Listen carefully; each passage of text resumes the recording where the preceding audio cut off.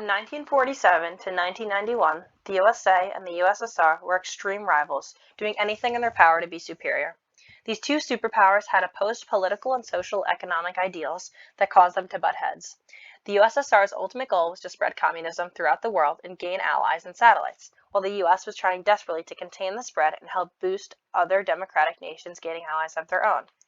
Though there were plenty of other associated issues and conflicts that took place within the time period of the Cold War, the main issue and cause of all the other struggles was the spread of communism. After World War II ended, Germany was divided into East and West Germany. The West was controlled by democratic France, Britain, and the USA, while the East was controlled by communist USSR. Berlin was divided in the same way, however, it was the center of East Germany. At this point, West Germany and Berlin were thriving, while East Germany was struggling economically. Because of this, people living in East Germany started to leave their homes and move to the West Germany. Because of the Iron Curtain dividing the democratic East from the communist West, the easiest way to do this was to go into the West Berlin from East Germany/Berlin and fly to West Germany from there. The USSR, specifically Stalin, was not happy about this.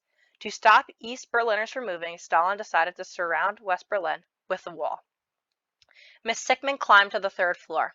She opened a window, threw some belongings and her papers to the West Berlin sidewalk, and jumped, as you can see in this picture. Document 1. This was a common occurrence when the Berlin Wall was put up. A fair sum of people tragically died trying to flee. The wall was built basically overnight and had high security, so it was almost impossible to get through. The spread of communism and subsequently contained by the US caused tons of German people to be displaced from their homes or trapped on the wrong side of the Berlin Wall. And just looking at one of these stories from the documents, you can see how common it was for people to risk or lose their lives trying to escape communist East Germany or East Berlin. The US, France, and Britain were helping to keep the peace in Western Germany and impacting the spread of communism in Germany, keeping it contained to the best of their ability.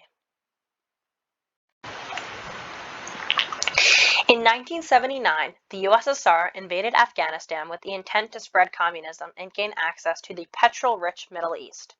Since Afghanistan was geographically close to the USSR, it was pretty easy for the Soviets to send in troops, about 100,000 of them, to take control of Afghanistan.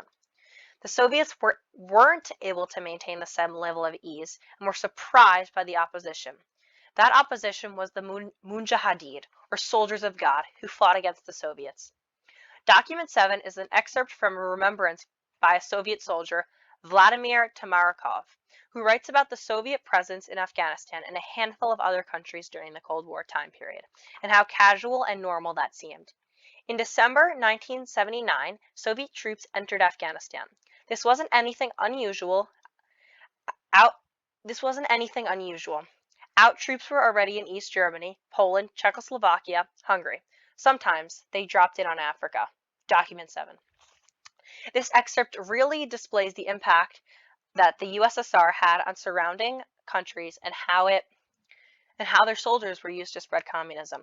It also shows the persistence of the spread of communism because these countries spoke about Tamarakov were not the only ones that were impacted by the USSR. The document also goes on to mention the impact of the spread of communism on people. The battles between the Soviet forces and the Mujahideen resulted in a loss of death and more unmarked graves. Document 7. The Mujahideen were trying to slow/stop the spread of communism by fighting back, and ultimately, with the help of the US CIA, they were able to sufficiently push against the Soviet troops. After World War II, Korea was divided into two parts, very similarly to how Germany was partitioned.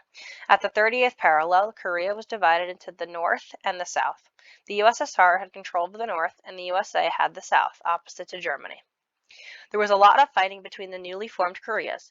The USSR was trying to push communist ideas onto the South Korea, and they fought back. After a while of back and forth between the two nations, the war started to die down, but it was not officially over yet. In 1950, a document was written to the UN Security Council proposing official end of the Korean War. In 1955, a memoir by U.S. President Harry Truman was published regarding the UN Security Council resolution. In this memoir, he wrote, "If communists were permitted to force their way into the Republic of Korea without opposition from the free world, no smaller nation would have the courage to resist threats and aggression by stronger communist nations." Document 2B. If communism continued to spread, smaller and weaker countries would begin to lose hope and fall to communism more easily. The U.S. had been attempting to contain communism throughout the Cold War and was continuing to do so in this situation.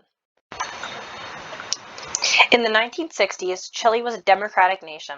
Despite many of the neighboring countries being under dictatorships after the Cuban Revolution, Americans became heavily involved in Latin American politics. The U.S. did not want another Cuba, so in 1964, the U.S. sent money to Chile to help Montalva win an election against Salvador Allende, a socialist. In the election, the Montalva's party lost to Salvador Allende. When Allende won, he started to implement social reforms. After Allende started implementing social policies, America withdrew aid to Chile. This caused the country to suffer mass inflation, which even today in 2022, Chile still has mass inflation. In November of 1970, U.S. National Security Advisor sent a letter to President Richard Nixon, in response to the election of socialist Salvador Allende. In the letter, they discuss ways to take political action to divide and weaken the Allende party. They also want to enlarge the U.S. government contacts in the Chilean military. The U.S. also wants to provide support to non-Marxist policies and groups, assist certain newspapers, and use other media outlets in Chile which can speak against the Allende government. Document 6. The U.S. was trying to contain and keep communism from spreading because they feared that if one nation fell to communism, another would fall, and another. This is called the domino theory.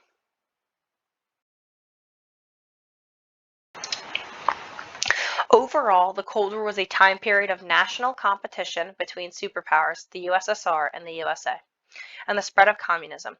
The spread and subsequent attempts of containment on communism led to tons of proxy wars in many different countries and an absurd amount of deaths.